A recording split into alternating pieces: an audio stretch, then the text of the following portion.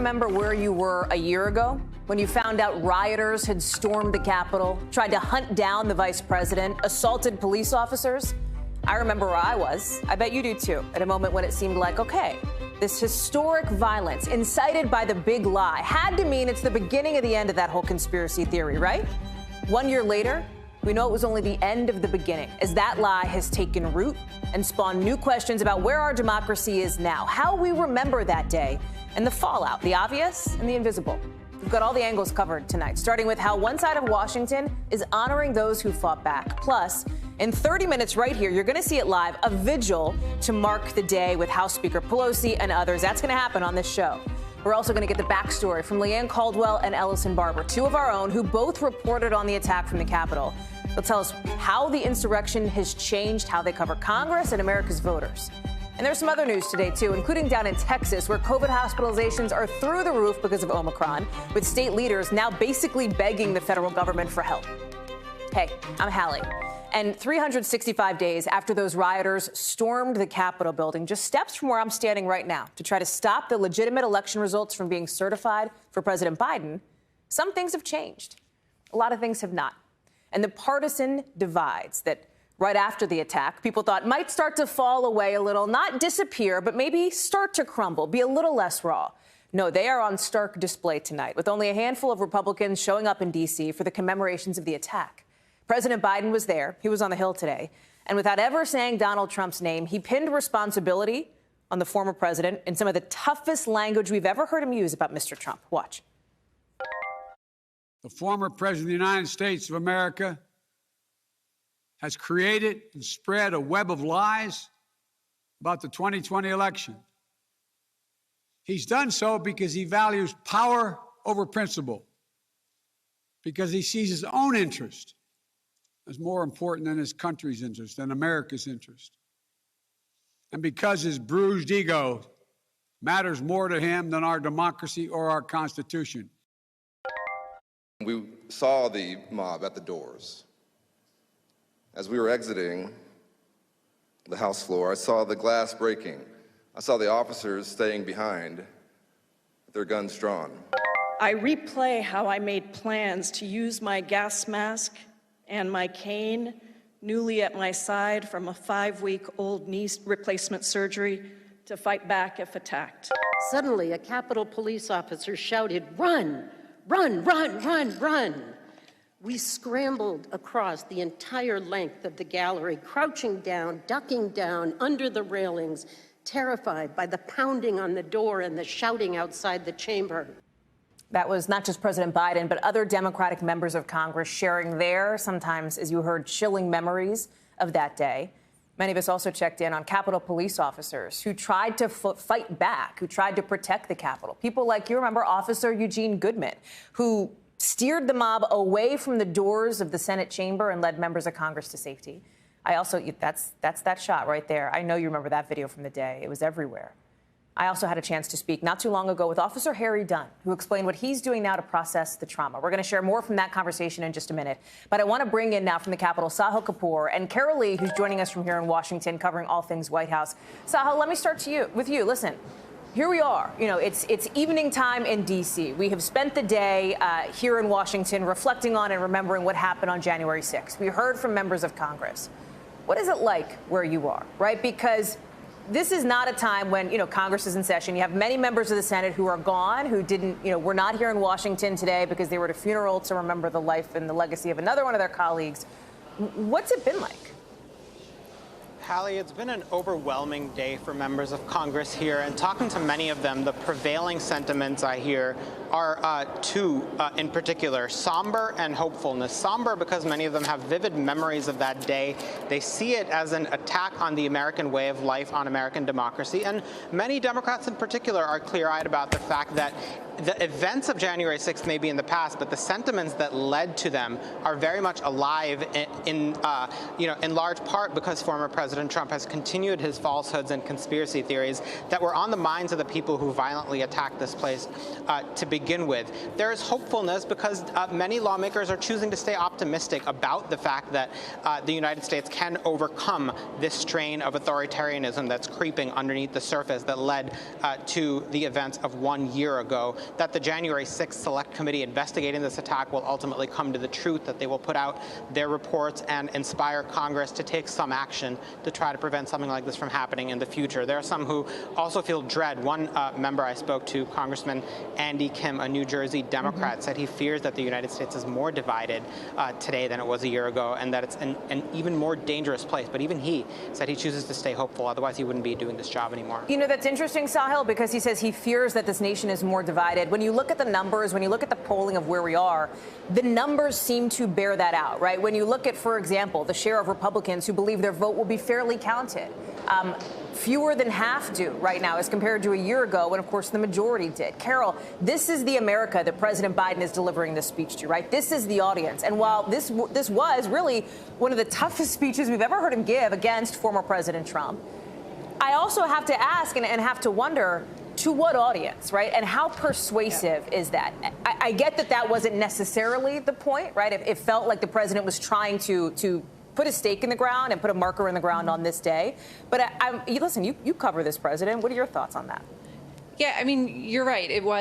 This was a president who very clearly had a lot on his mind for the past year that he wanted to get off his chest, and it was all in this speech because to your point, he has not talked about former President Trump to any real extent since he took office. In fact, and that's by design. He doesn't want to talk about him. He doesn't want to talk about January 6th all of the time in the way that some of members of his own party want to do. And what you heard from him today was this attempt to try to point by point dismantle the big lie. In fact, he broke it down into what he called 3 big lies. One, that November 3rd, 2020 was the real insurrection. 2, that the results of the 2020 election can't be trusted. And 3, that the mob that stormed the Capitol were patriots, that all of those things weren't true. And the goal was, from the president's perspective, to not allow history to be rewritten about this moment a year ago. To your point, though, the question is, who's his audience? The president and the White House hope that because he hasn't talked about former President Trump so much and leaned into this issue as much as he did today, that when he does speak of it, it's all the more powerful and that people will sit up and listen. But did people who listened, was it the same people who already believe what he's saying and who don't need their minds changed, or did he manage to change some minds? Because over the year where he wasn't really talking about this issue, as you noted, things have gotten worse in terms of the way people feel about the integrity of our elections. And it's that point that came up in the conversation with Lester Holt and House Speaker Nancy Pelosi in that exclusive interview. We're going to see more from it coming up later tonight on Nightly, but I want to play a little bit of a clip here. Here it is. We all remember the image, and frankly, an unsettling image of you being quickly escorted off the podium. I've heard you talk about it before. You didn't want to go. No. Do you think now, though, knowing what you know, do you think about what would have happened had you stayed? Well, the security was very definite. And when they pulled me down from the podium, I said, don't worry about it. They said, no, you must go. You must go. And they have, as far as the speaker is concerned, there's a good deal of security, not just because I'm Speaker of the House, but because of succession. Of course. And so you don't even have a conversation. You want to do your job, they have to do their job. So out we went. The visuals of what was happening outside the Capitol, now inside the Capitol, it breaks your heart. I mean, you can see her remembering that day. And we've been playing some of the images from January 6th. You can't forget them, right, when you've seen them, no matter who you are in this country. And in those days after, Sahil, I know you remember this. We heard a lot of people coming together to say, this is not good. Like, this is not acceptable. This cannot happen again. Yet here we are a year later, right? And we're at a place now where that any kind of bipartisanship sense has fizzled out. I've talked with Democrats who are furious, right? Who are legitimately angry on a very personal and intense level at, for example, Republicans for going along with all of this. Right, Hallie. The needle has certainly moved a lot in the last year. I certainly remember in the hours after the attack, when they'd cleared the rioters out of here, the Senate Republican leader Mitch McConnell gave a scorching speech on the floor of the chamber, calling this a failed insurrection by an unhinged crowd, vowing that they failed and that they will not be allowed to upend American democracy. In the weeks after that, he held then President Trump personally accountable morally and practically for the insurrection itself. But since then, he's gone quiet. He doesn't want to talk about that day much anymore. He certainly doesn't want to talk about the former president anymore. And that reflects the shifting politics in the Republican Party, where lawmakers are wary of crossing their base, which has been told by Donald Trump that the election was fraudulent, that many of them believe it. And that's the world that they're living in today. Hallie? Sahil and Carol, I appreciate you doing this and being with us tonight on what I know has been a very long and in some ways difficult day for everybody in Washington. Thank you both very much. When you talk about security, we didn't see much as far as activity outside the Capitol today. And that's actually a good thing, right, from a security perspective. 1 year after that attack on the Capitol showed just what kind of vulnerabilities there actually were. Capitol police officers were overwhelmed with just horrific and gut-wrenching video like this, captured on phone cams. You can't forget it. I talked with one of the officers who's been outspoken about that day, Officer Harry Dunn, who was caught up in this, saying his fists were swollen, covered in blood as he defended himself against the crowd. He told me not too long ago that he still does not have closure from that day, but he's proud to be a Capitol police officer, and he hopes the force will keep learning from the past. Watch. Men and women who lived it and went through it don't really have closure for it, so it's not really, like I said, the anniversary of January 6th will be the day that closure is had, accountability is served, and the full truth is known. So that's when my anniversary will be, Is there anything, I want to end on this, though, in this note, rather, is there anything, Officer Dunn, that gives you hope about where we're going? Good question. I haven't heard that one before. I'm encouraged that the committee is focused on finding out the truth and just the facts. Facts are very important. Don't let people start giving their opinions and people take that as gospel. But once the facts are indisputable, and I like every other American that has an interest in it, I just want to know the facts of that day. Yasmin Vasugian is outside the Capitol, actually not far from where she was this time last year. Yasmin, it's really good to see you. We've heard from some of the officers who were there that day. There is new leadership now, right? The new Capitol Police Chief actually delivered a message to officers today, and NBC News obtained that video. He acknowledged some of the mistakes and talked about where they go from here. Here's a piece of that video. 1 year after a day marked by departmental failures, leadership failures, I promise you that we will be better prepared for whatever we face in the future. The improvements we're making will be sustained for years to come. This is my responsibility, and I owe you my total commitment to fulfilling that. Yasmin, how do you think that message is resonating today? So I want to be clear here, Hallie, because I think it's fair to say that there's about 1,800 officers inside the Capitol Police Force. But NBC News did speak to a few officers early this morning talking about the changes that have been implemented over the last year since January 6th. And I want to read a quote for you from one of the officers that spoke to NBC saying this. Manger got up and lied. Not one thing has changed in the past year. Over 200 officers have quit, retired, or switched to different occupations. We have new Apple iPhones, but that is the only new improvement. Manger says we have new CDU, Civil Disobedience Unit gear. That is a lie. We all got measured for new gear. It takes 6 months to get in. So let's be clear. We spoke to just a few officers. NBC News did. There are 1,800 inside the department. That being said, you talked about the 200 officers, Hallie, that have left over the last year.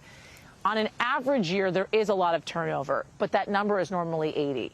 Over the last year, since January 6th, 200 officers have left the Capitol Police Force. And we know, and we've heard from Major, there have been substantial changes inside the force, but it seems as if that has not trickled down to the force, and the morale continues to be fairly low since the insurrection just a year ago today. And yet the Capitol Police Chief was talking, and Yasmin, we covered it this week right here on the show about what they're doing from a security improvement perspective, right? Because, yes, staffing is a major issue. Chief Manger absolutely acknowledges that.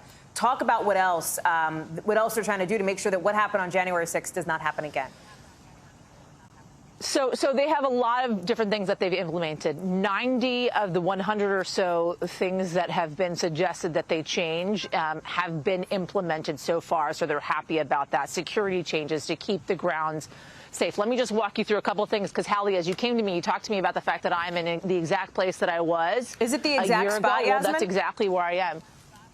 Exact spot, wow. Hallie. If you look behind me, hopefully you can still see, because it is dark out here. But that archway, that's where folks were hanging from, right? That is where people were breaching the Capitol grounds. It was at this point, I was actually just up a little bit further, in which we felt tear gas coming out. We could see what was happening on the Capitol grounds. And just one more thing, Hallie, before I toss it back to you, and that is this barrier, right? You know, Hallie, you've come to the Capitol many times over the last year. There's usually an 8-foot erected fence that was put up right after the insurrection that has been up for many of the rallies since then. Justice for J6 rally that I covered in September, to name just a few. All that's here now is this, right? I could push this thing over with my arm. That being said, there's a lot happening behind the scenes. Those 90 of the 100 changes that have been put into place, they are saying in tandem with the CPD, with Metro Police, with the FBI, with Secret Service, all working together to keep the ground safe going forward, so nothing happens like what happened on January 6th, Hallie. Yasmin Vasugian, thank you for being out there again for us today. It's good to see you. Appreciate it.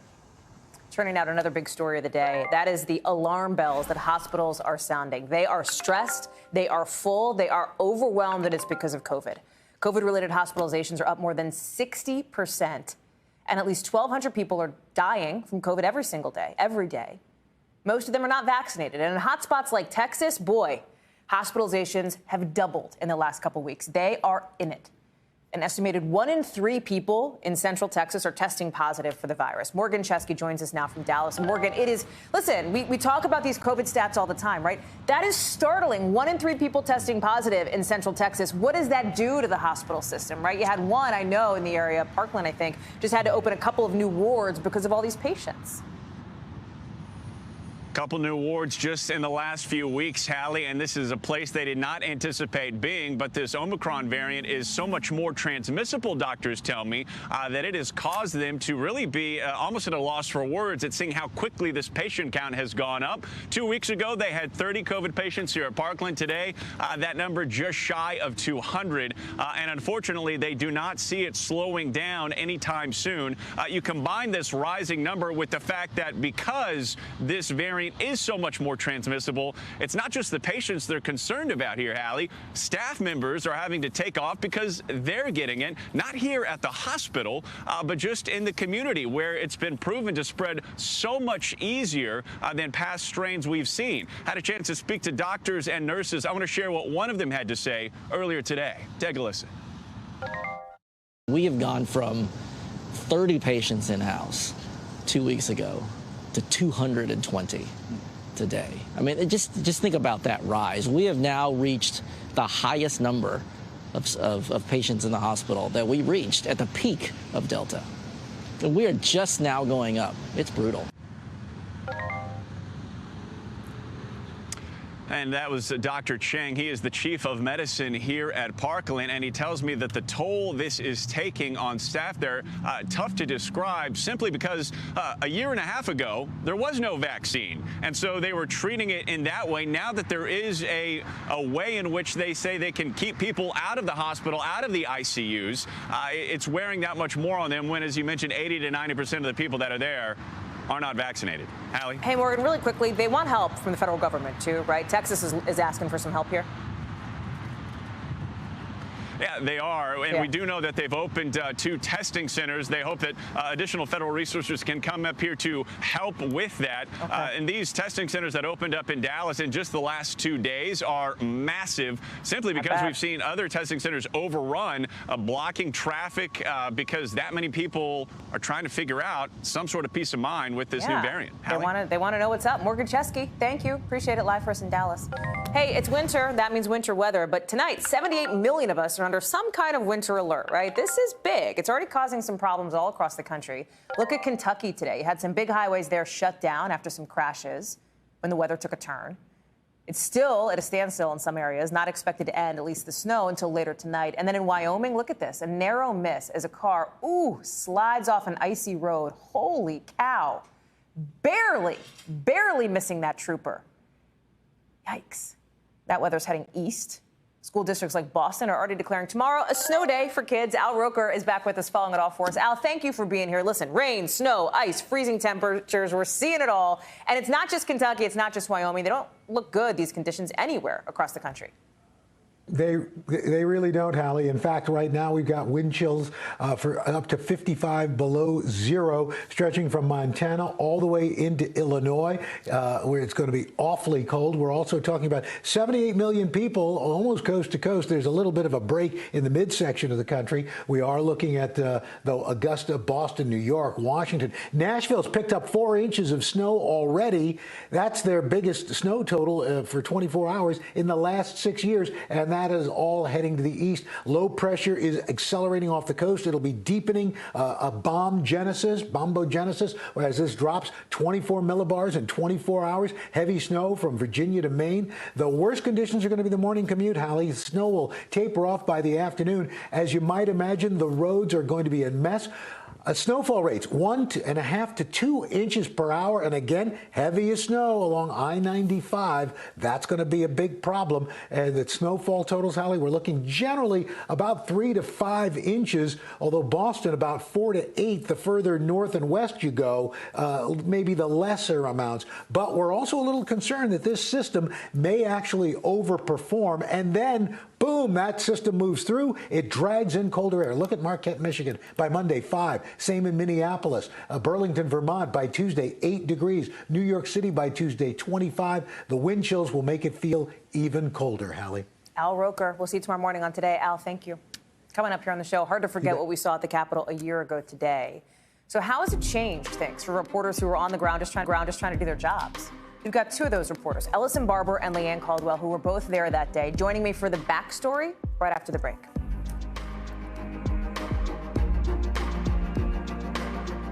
It seems look at how a story comes together and how it fits into our bigger picture. And as we reflect on the lawmakers, the staffers, the police officers who dealt with the horror of what we saw on January 6th, we also wanted to talk about the reporters, some of our own who were covering all this, especially for this segment, the backstory. I want to show you what it looked like for Ellison Barber. There she is from the east front of the Capitol, right as this attempted insurrection started, right as the riot began. You can sense it was confusing. I actually remember watching Ellison on the air as she was delivering this report that day. And then in the scramble of everything, it took hours for our Leanne Caldwell to send this update, just letting people know that, yes, she's safe. Sending this tweet saying she was just evacuated again. She was at the Capitol that day. 1 year later, both Ellison and Leanne are back at the Capitol, here to talk about their experiences. I'm really glad to have you both on. Thank you. I know this isn't easy. I know this day has been very hard for both of you, and I really appreciate you being here. Ellison, let me go to you. I just said, I remember you were on with Lester, and I vividly remember when the rioters broke that barrier down behind you, and you were reporting, and you were doing it so capably. But I have to wonder, how you are remembering that day and how you're sort of processing it now today. Yeah, I remember just kind of flailing my arms, and we're trying to move around, trying to get set, trying to be in a safe place as Lester was asking me another question, and just me trying to tell someone that they were breaking down the bicycle racks. And honestly, that moment on TV was really my first communication to anyone back in the control room saying what was happening. I worked in D.C. before I took this job and moved to New York. I spent about 8 years here, so I've covered a lot of protest here.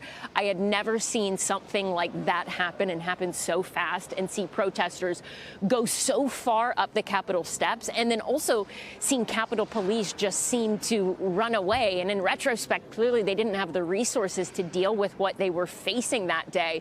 But just before coming on to talk to you, I was sitting here and I was looking through a journal entry I'd written after that night. I didn't look at it at all until a couple of days ago, and I was reading it just a little more thoroughly as I was about to come here and talk to you.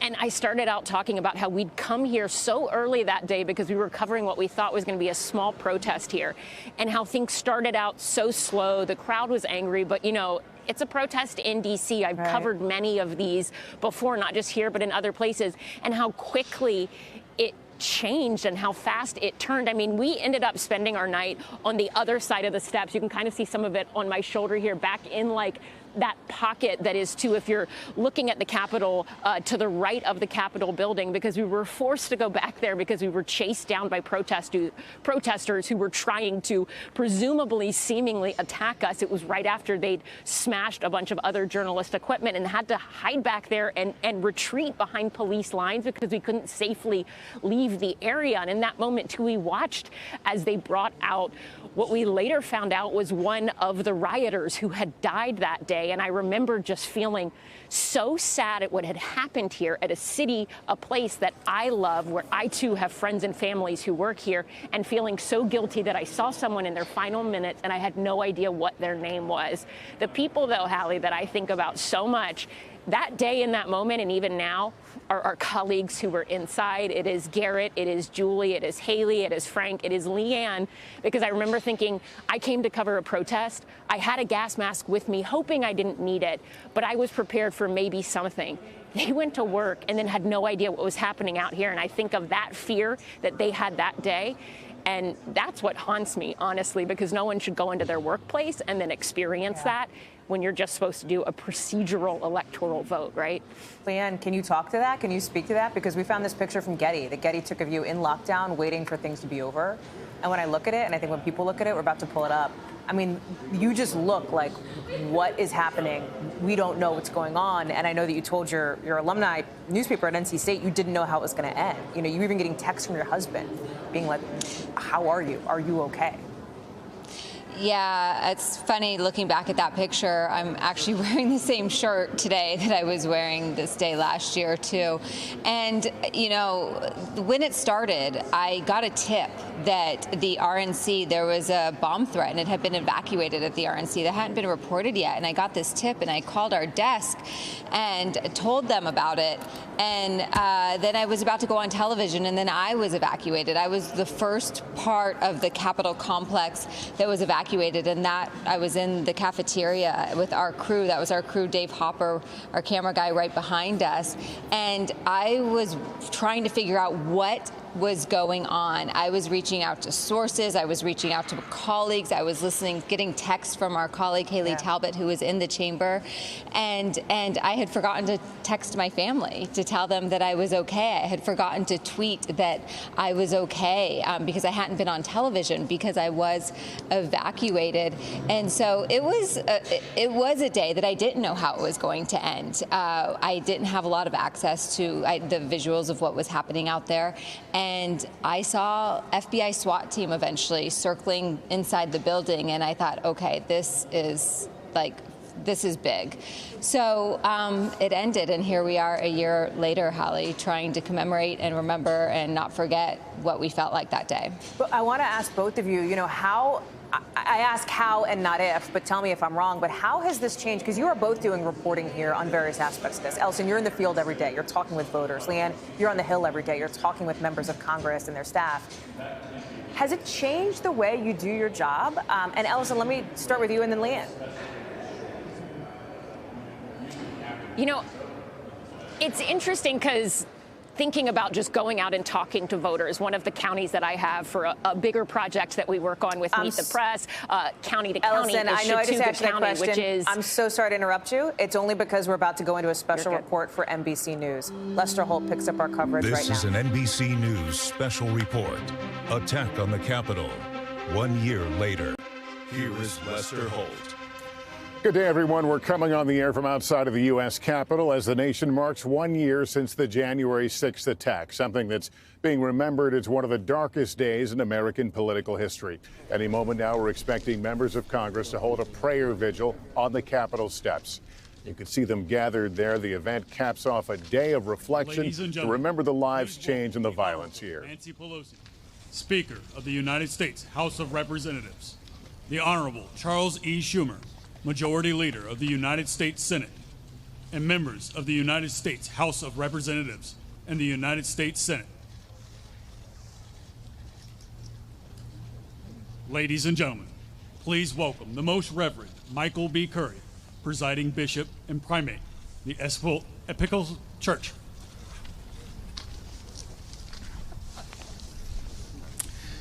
Let us pray. Eternal God, of whom the Bible speaks and says that you are love. You are the source of all that is good and just and true and compassionate. We come before you, the fountain of all wisdom and the light of all truth. We come before you not in pride or arrogance, but we come before you in true humility. We come before you because we need your help. We need your help in these troubled times. We need your help for this beloved nation. We need your help for those who have been traumatized and troubled by the painful events of 1 year ago and all that has continued since. We need your help, Lord, now to be the democracy you would have us to be the nation you would have us to be. One nation, under God, indivisible, with liberty and justice for all. So we ask you now to help us. Help all those who are traumatized. Help all of those who have lost loved ones. Help those who are struggling. Help us to be instruments of your peace, instruments of your love, and instruments of your healing for this land, for this Congress, for this government, for we the people, for this country and this world. Precious Lord, we come not in arrogance or pride, but humbly. Precious Lord, please take our hand. Lead us on. Let us stand. Some of us are tired. Some of us are weak, and some are worn. But through the storm, through the night, lead us on to the light. Take our hands, precious Lord, and lead us home. Amen.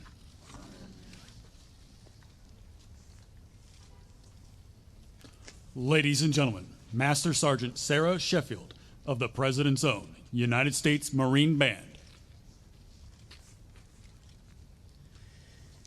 My country, 'tis of thee, sweet land of liberty, of thee I sing.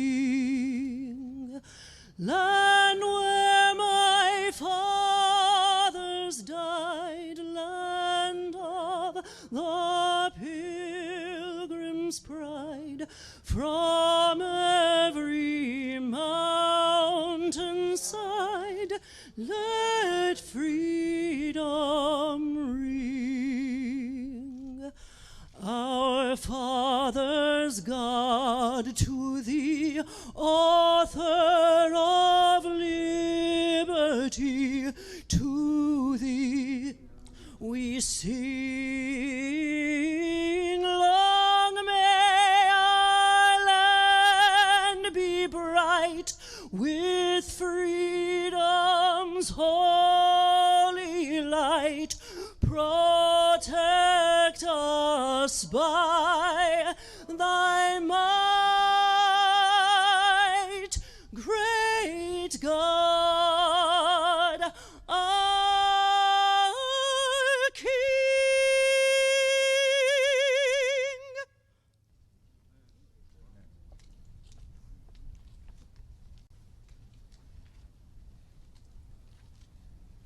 We thank Ms. Shepherd for leading us in song, Bishop Curry for leading us in prayer. On behalf of the distinguished Democratic leader of the Senate, all of our colleagues from the House and Senate, we prayerfully mark 1 year since the insurrection and patriotically honor the heroes who defended the Capitol and our democracy that day. Let us all here join in a moment of silence in memory of those who lost their lives and sacrificed so much for our democracy that day.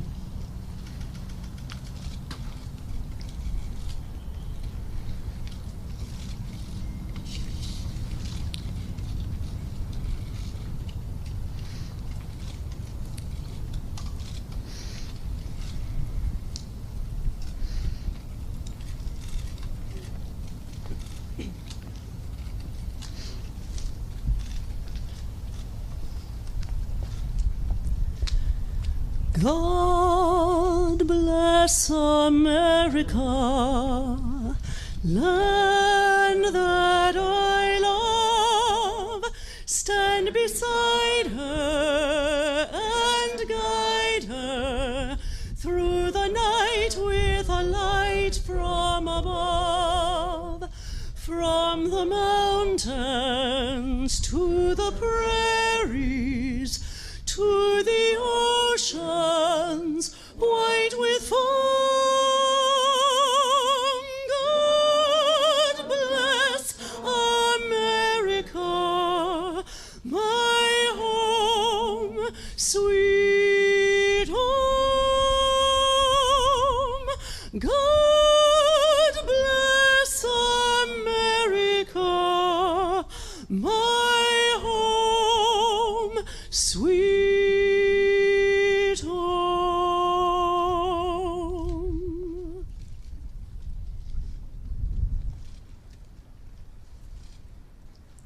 Ladies and gentlemen, thank you for joining the prayer vigil. Have a good rest of your evening. And so concludes a vigil on this one-year anniversary of the attack on the Capitol, a moment there that will certainly remind many of the gathering on the Capitol steps after 9/11. Members of Congress singing, and once again here singing, God Bless America. I want to go to NBC senior Capitol correspondent Garrett Haig. Garrett, we note that Congress is not in session, and so this was not as many people as we might expect. That's right, Lester. Congress out today, perhaps fewer than 100 members in town, especially for this ceremony today. That was a somber conclusion to what had been a long and at times a very emotional day, starting with that speech from President Biden, working through remembrances from lawmakers, discussions with historians.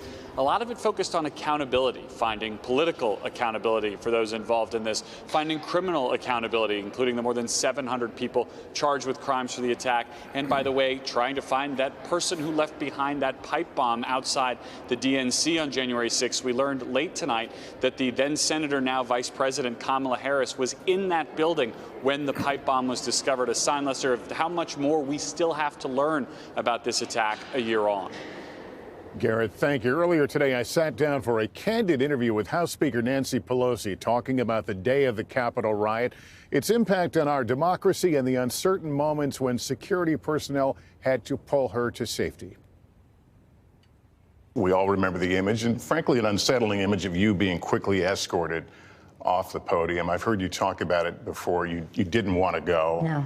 Do you think now, though, knowing what you know, do you think about what would have happened had you stayed? Well, the security was very definite.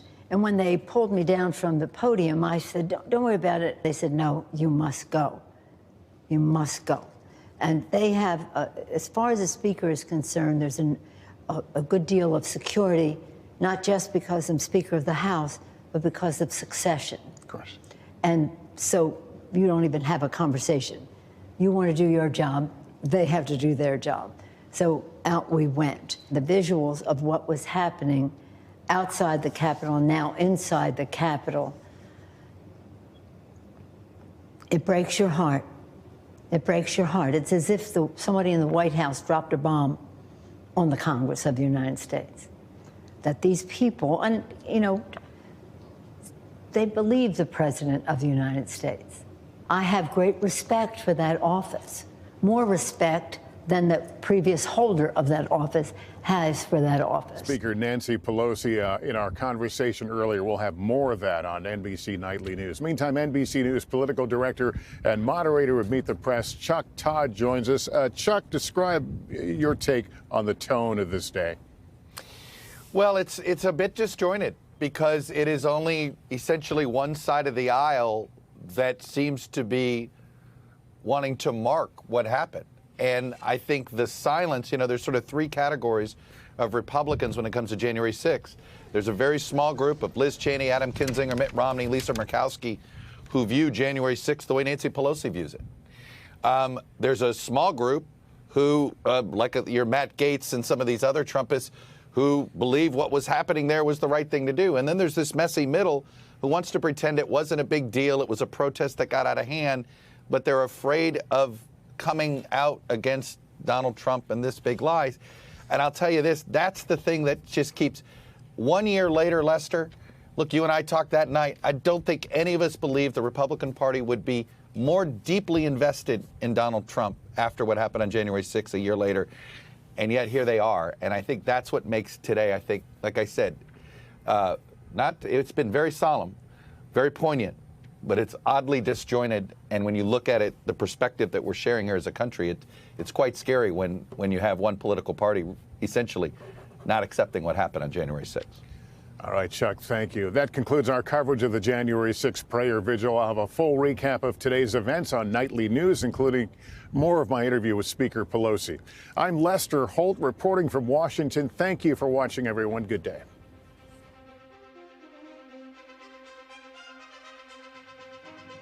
You, of course, have been watching those extraordinary images coming in from the steps of the United States Capitol and that special report with Lester Holt, a prayer vigil led by House Speaker Nancy Pelosi 365 days after, on this very day a year ago, rioters charged up those same steps, triggering an insurrection at the Capitol. I want to bring in NBC's Leanne Caldwell, our Capitol Hill correspondent, who was watching that with us. That was a poignant moment, Leanne, but I think as you heard Chuck say in the special, he's going to join us here in just a second, it also in some ways felt oddly disjointed in his words because of who was there and who was not, and where we are 1 year later. Yeah, that's right, Hallie. That's what I've been thinking throughout this entire day, especially when I go back to January 6th and the conversations that I had with lawmakers later that night when they were huddled in rooms together, and they say this is a time for the country to come together, and they think that this country will, in fact, come together after what happened on January 6th. But the year since then has proved to be the exact opposite, where the country has become only more divided, more partisan, more political, and more in disagreement on what the actual facts and what reality is. And we see a Democratic Party who is commemorating this day, who spent the entire day remembering and pledging to move forward, but also to never forget. And you see an empty Republican side of the House chamber with no Republicans present except for Liz Cheney and her father, a former House member and, of course, former vice president, who says that he doesn't recognize the party anymore. So it is a stark contrast of what you see up here on Capitol Hill, and it's representative of the how things have devolved over the past year of complete partisanship. There's also, I think, Leanne, and I don't want it to go understated here, still a lot of questions from the sheer investigatory aspect of this, right? As far as what happened, the facts of that day that the House Select Committee on January 6th is looking to uncover. But even when it comes to the Department of Justice, when it comes to what the FBI is doing, when it comes to what law enforcement is doing, you look at that person who set a pipe bomb, outside of the DNC, RNC, that individual is still at large, right? No clues, no hints where that person is. And we're learning now more and more from sources. And I'm looking at my phone because this is all just coming in as we speak on the air, that Vice President Kamala Harris, who was then the vice president-elect on January 6th last year, was in the DNC and had to be evacuated when that pipe bomb was discovered. That's remarkable, Leanne. It is remarkable. It's also remarkable that we're learning about this a year later. Right. I mean, she was supposed to be in the chamber that day. And so it was so much of this. We don't know a lot of still what happened. These investigations, the Department of Justice investigations and criminal prosecutions, both the congressional one and the Department of Justice one are actually moving relatively quickly. The January 6th Select Committee, Congress doesn't move that quickly, but they are moving extremely quickly with their investigations. They have hired so many people to do this, spoken with over 300 people, subpoenaing, involved in court cases for the people who are not cooperating. And, you know, more and more is coming out, and that is not the totality of that event. And so, you know, I think that this investigation is going to be critical as far as laying out the facts of what happened. The Department of Justice investigations and prosecutions are also going to be critical as well. Yeah. But it's really interesting to hear how Republican leaders, especially GOP leader McCarthy, is framing this. We haven't heard from him today.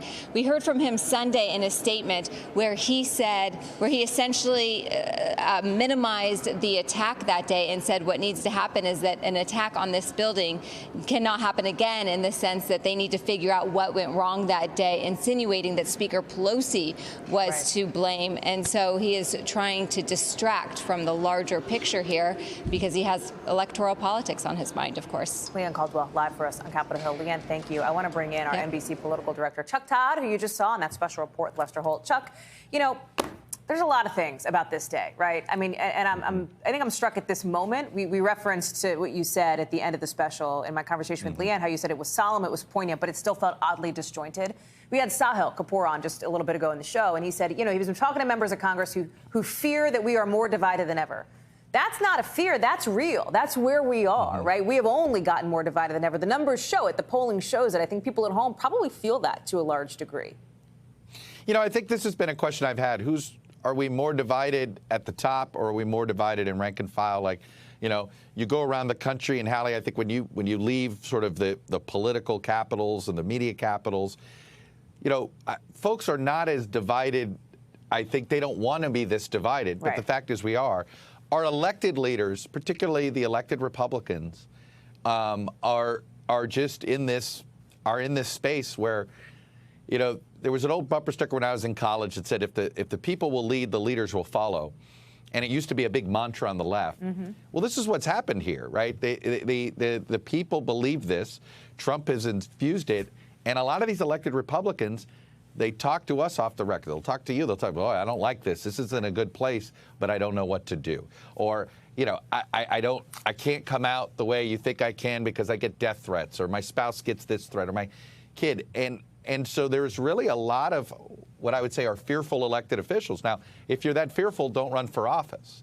You know, if you're not willing to protect, you know, to sort of stick by your oath, don't do it. But that's the part of this that I think is so troubling, is how the elected Republicans that seem to know better won't do it, won't stand up. And my goodness, we only avoided this situation because a handful of Republicans held, right? The Secretary of State in Georgia, the canvassing board in Detroit, the Maricopa, you know what I mean? And what happens if all of these people go away in the next 3 years? And it's fewer and fewer people there. I have to say, Chuck, you know, when I do get out of, as you say, I live in Washington. When I get out of D.C., when I go, out elsewhere, although the pandemic's made it harder, but when I talk to people out in America, what I get, and I'm going to be honest, is from some corners, I get some vitriol about how, well, you're a mainstream media member, so you're a liar. You're a liar, and Chuck Todd's a liar, and NBC News is full of lies, basically. What we're reporting on from a factual basis isn't true. I wonder how you navigate some of that, because that is real. Because there are people who are, might listen to this conversation and might say, well, I do believe there are questions about the 2020 election, even though it was proven there wasn't fraud, and that has real implications for 2022, for the midterms this year, Chuck, and for 24. Look, my greatest fear is, we're down to just 20%. There's a poll that's out today, our friends over at ABC and Ipsos, and it's an online poll, so I might give it a larger margin of error than some will, but it basically only 1 in 5 voters have a lot of confidence in our election. This is only 20%, only 1 in 5 total, and this is my great fear: is the right has been fed this misinformation. The left is watching what's happening at state legislatures and now thinks, I can't trust the results in Arizona, or I can't trust the results in Georgia, or I can't.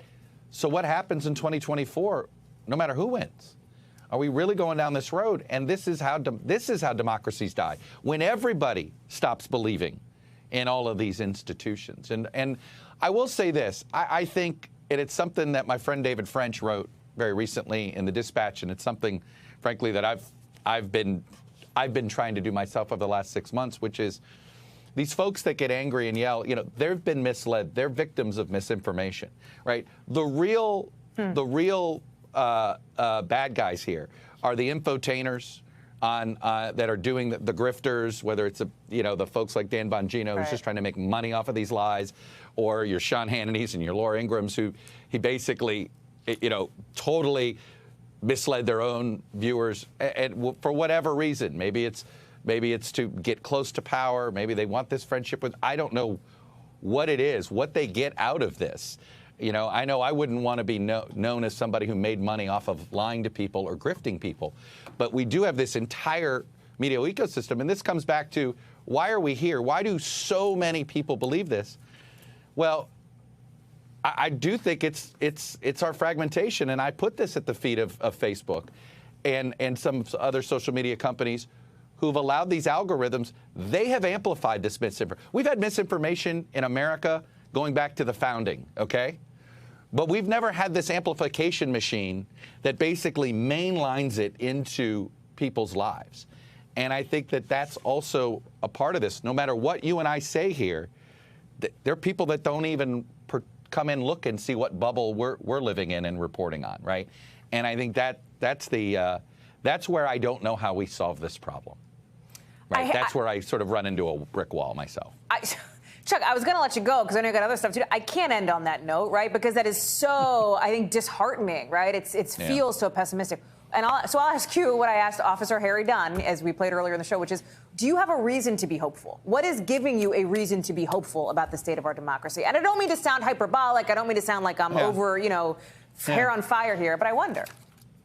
I will say this because I still have some faith in the American voter, and in this respect. I've been living in the late 19th century, post-Civil War. There were a lot of moments where we could have fractured again, and we didn't. There were a lot of moments that voters could have gone the wrong way, and they didn't. We got close with McCarthyism, but we saw and we pulled back. Our history shows we've had plenty of these near-miss moments where our democracy can crumble, but we sort of, as Winston Churchill said about America, it's sort of like, it may take forever to get them to see, get them there, but when they're there, they're there. So history says we'll eventually do the right thing, that we'll pull the plane up right before we're about to crash in the mountain. But it's a little stressful to get this close to the mountain. Chuck Todd, I appreciate you coming on and joining us here on an important day.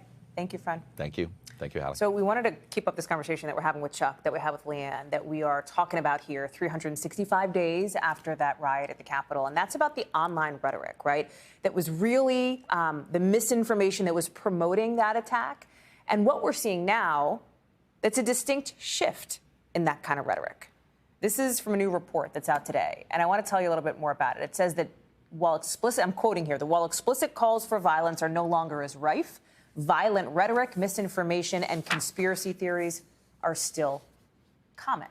This is from a nonpartisan group, Advanced Democracy. They also still say, hey, these online forums, they're not all awesome yet, obviously. I want to bring in our Ben Collins, who covers this beat for us all the time. Ben, talk to me about this report. Talk to me about these sources of misinformation, the places where this online rhetoric bubbles. It's less, from what it seems to me, it's less centralized than it used to be, but it still exists. Yeah, you nailed it. That's exactly what's going on here. So last year, the Donald.win, which was this big online forum where people were posting maps of the Capitol. Yep. Yeah, exactly. People were posting specific plans on what to do on January 6th. People were saying, for example, hey, if you guys are going to storm the Capitol, make sure you guys know about the subways underneath the Capitol so they can't get out. Like that sort of specific stuff, posting pictures of their ammo that they were going to bring with them, or stuff to leave at the hotel room just in case they would get caught.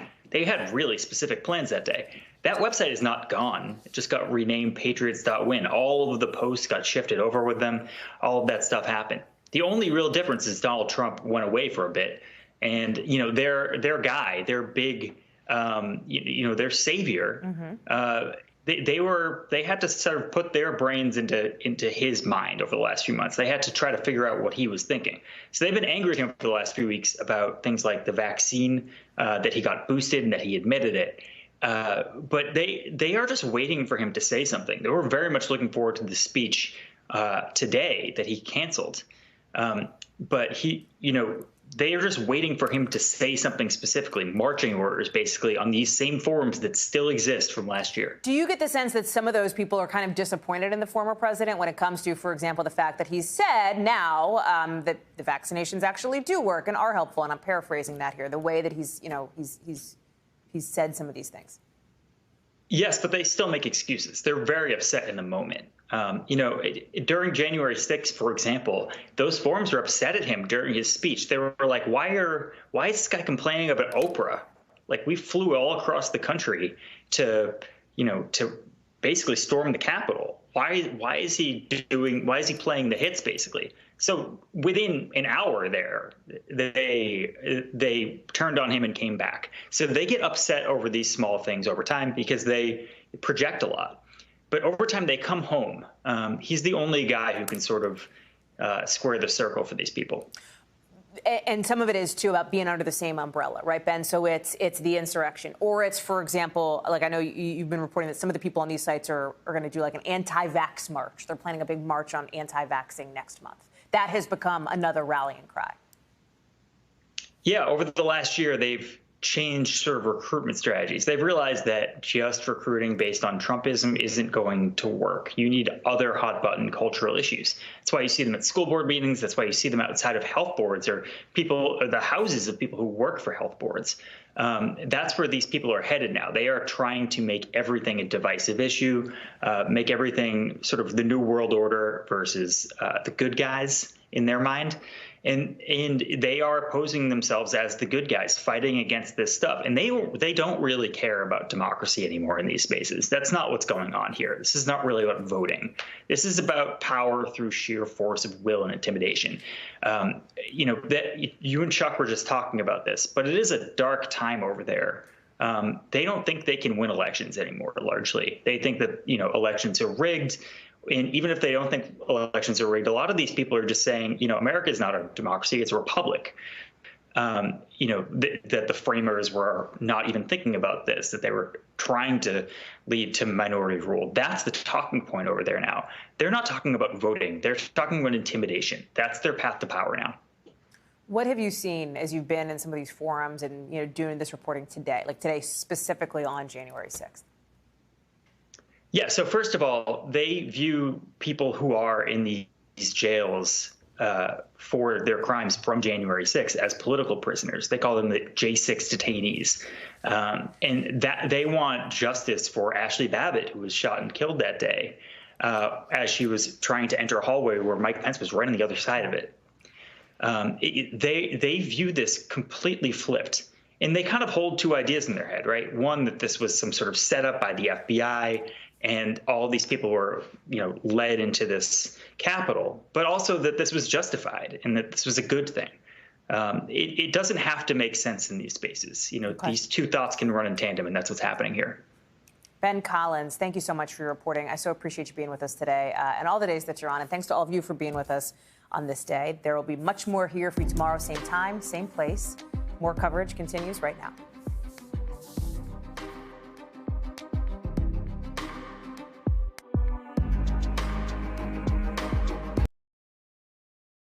Thanks for watching our YouTube channel. Follow today's top stories and breaking news by downloading the NBC News app.